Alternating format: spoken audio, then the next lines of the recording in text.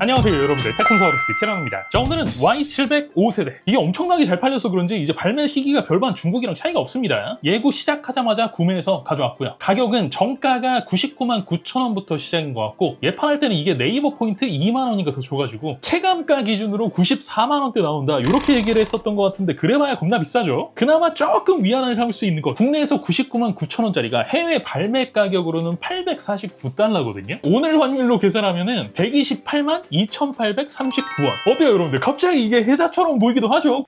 자, 이제 쓸데없는 얘기 그만하고 바로 한번 열어보죠. 자, 박스 생김새는 똑같죠.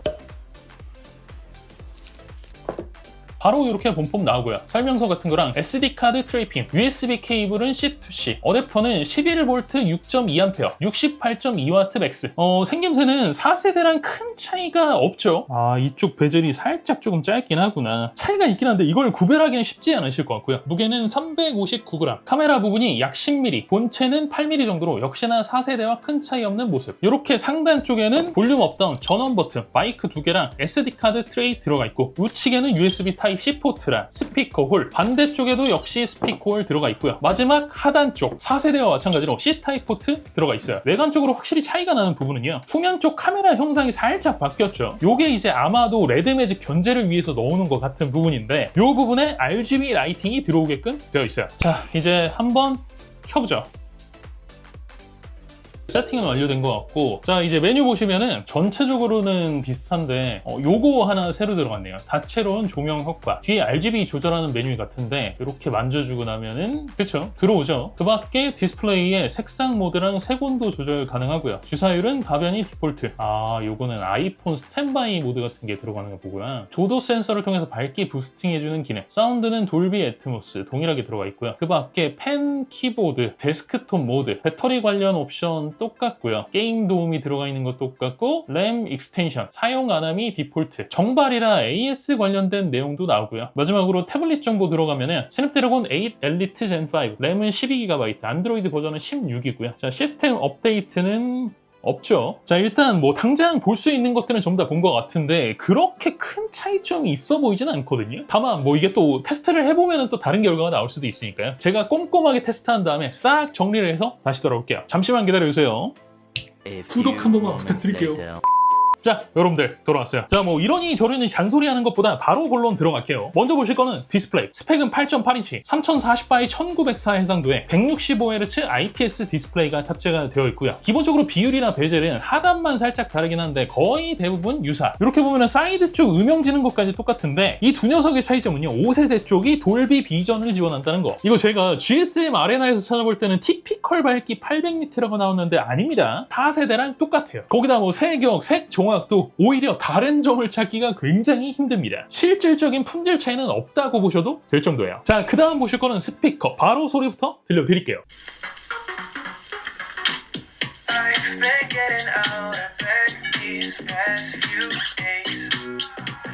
It's fair to be proud about it.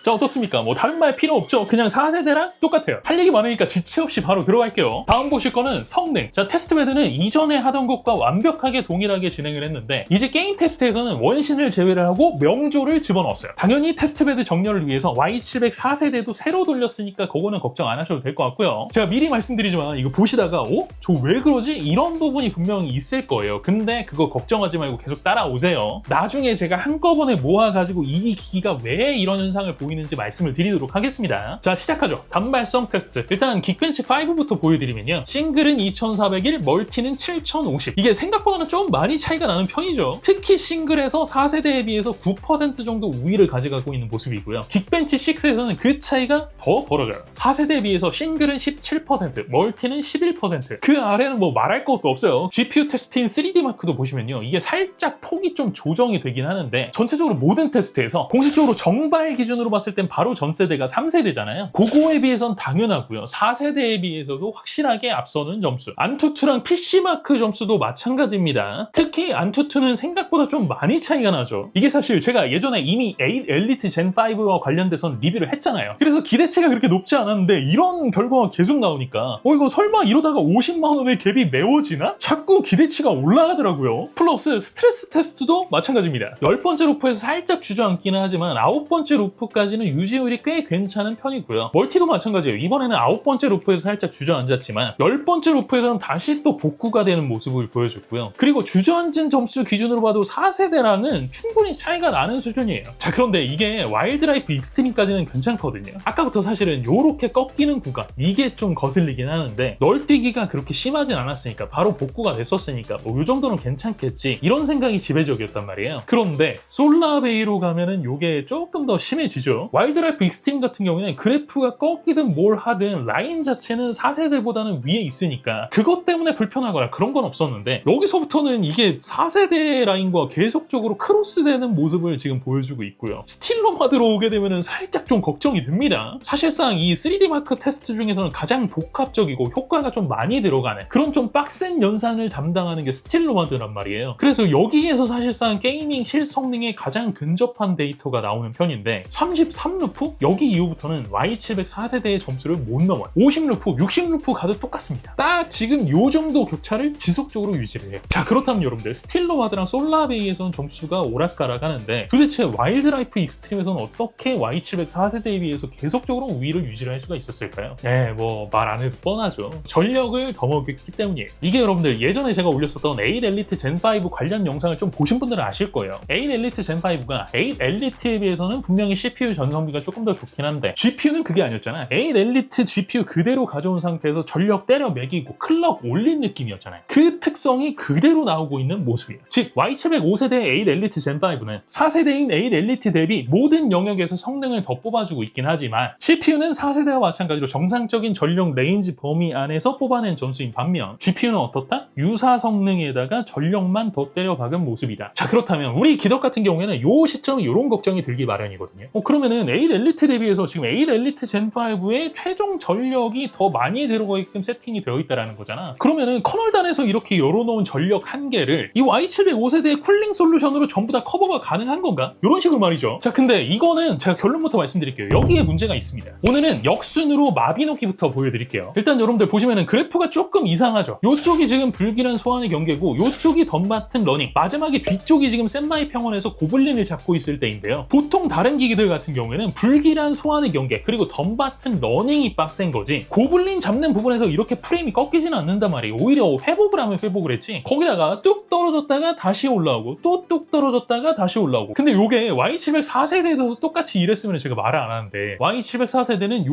두 개 포인트 제외를 하고 중간중간 이제 스터터링이 조금 있기는 했지만 오히려 에버리지 프레임 쪽으로는 역전이 됩니다. 자, 그렇다면 여러분들 도대체 왜 이런 현상이 벌어진 거냐? 바로 전력 그래프 보면은 답 나옵니다. 딱 봐도 지금 이상한 느낌이 들죠. 평프가 딸렸는데 기본 전력 라인 자체가 Y700 4세대보다 훨씬 더 위에 있는 게 보이죠. 플러스 아까 프레임 꺾인 데를 한번 보세요. 전력을 지금 전혀 못 주고 있는 모습이죠. 자, 해석은 나중에 몰아서 한 번에 해드리고 지금은 계속 갑니다. 다음은 스타레일 데이터. 자, 여러분들 보세요. 지금 평프 그리고 지터값 기준으로 봤을 때는 미세하게 좀 차이가 나긴 하지만 Y700 4세대랑 비교를 했을 땐 그렇게 크게 차이가 나지 않잖아요. 그냥 오차 범위로 봐도 될 정도의 수준이잖아요. 근데 전력 그래프를 보잖아요. 와, 저는 이게 뭔가 싶어가지고 테스트를 한 번 더 돌렸다니까요. 두 번 돌려도 똑같습니다. 전력 먹는 게 훨씬 적어요. 플러스 이제는 원신이 아니라 명조죠. 지금 보시면은 Y700 4세대는 미나시타부터 버티지를 못하고 있는 모습이죠. 중간부터 꺾인 다음에 그 다음에는 뭐 일어서지를 못합니다. 반대로 Y700 5세대 같은 경우에는 미나시타는 잘 버티는데 스타토치 넘어와서 특히 온도가 계속 누적이 되니까 마지막에 조금 흔들리는 모습을 보여주는데 이게 30분 넘어가면은 얘도 살짝 꺾입니다. 그러니까 초기 유지율만 5세대가 4세대에 4세대에 비해서 더 앞서는 거예요. 플러스 전력 데이터 보면은 Y700 4세대가 금방 무너진 요인이 보이죠. 이게 지금 0분부터 25분까지의 데이터니까 실질적으로 마지막에 가서는 거의 비슷해지긴 하는데 평균으로 따져봤을 때는 3.8W 거의 4W 가까이나 차이가 벌어져요. 자, 여러분 아직까지도 아리까리 하세요? 테스트베드가 자리 잡지 않아서 요거는 데이터는 못 보여드립니다. 요즘에 핫하다는 엔드필드랑 7개의 대제도 조금씩 돌려봤는데요. 이제 확실하게 아시겠죠? 여러분들 모바일 게임은요 AP에 최적화를 할지언정 이 기기별로 최적화는 안 시키거든요. 그럴 수가 없어. 기기가 얼마나 많은데 그걸 게임사가 전부 다 최적화를 해. 때문에 게임의 특성이 있단 말이에요. 그 특성을 갖다가 많이 하는 게임들 같은 경우에는 이 기기를 만드는 제조사 여기서 전력 세팅이나 밸런스를 잡아주는 경우들이 있는데 중국 게임들에서는 이 레노버가 이미 설정을 해놓은 거야. 뭘? 게임별 전력 커스터마이징 오더를. 근데 그게 안 되어 있는 고사양 게임이 있어서는 커널단에서 열려있는 한계대로 앱에서 빠는 대로 지금 전력을 주는 거잖아요. 감당이 안 되는 상태가 반복이 되니까 약간 쭉 떨어졌다가 다시 올라오고 이런 현상이 벌어지는 거라고. 그러니까 분명히 AP적인 이점은 5세대가 가지고 있는 게 맞거든요. 전성비도 그렇고 전체적인 온도도 그렇고. 근데 이게 게임 성능으로 오게 되면은 무조건 4세대보다 5세대가 좋다 이런 식으로 얘기는 못하는 거예요. 왜? 타이틀별 편차가 굉장히 크니까. 자, 마지막 배터리입니다. 이제 수동 313리트 유튜브 스트리밍만 시켰을 때 배터리 타임은 13시간 47분. 확실히 살짝 개선된 CPU 전성비 플러스 늘어난 배터리 용량이 역할을 하는 느낌이죠. 충전은 이게 동봉된 케이블로 하느냐 아니냐에 따라서 미세하게 조금 차이가 있는 편인데 68W라고 하는데 68W까지 찍히는 경우는 거의 없어요. 대부분이 40W대 중반 0%에서 100%까지 완충시킬 때의 소요 시간은요 때마다 조금씩 다르긴 한데 약 1시간 10분 정도면은 충전이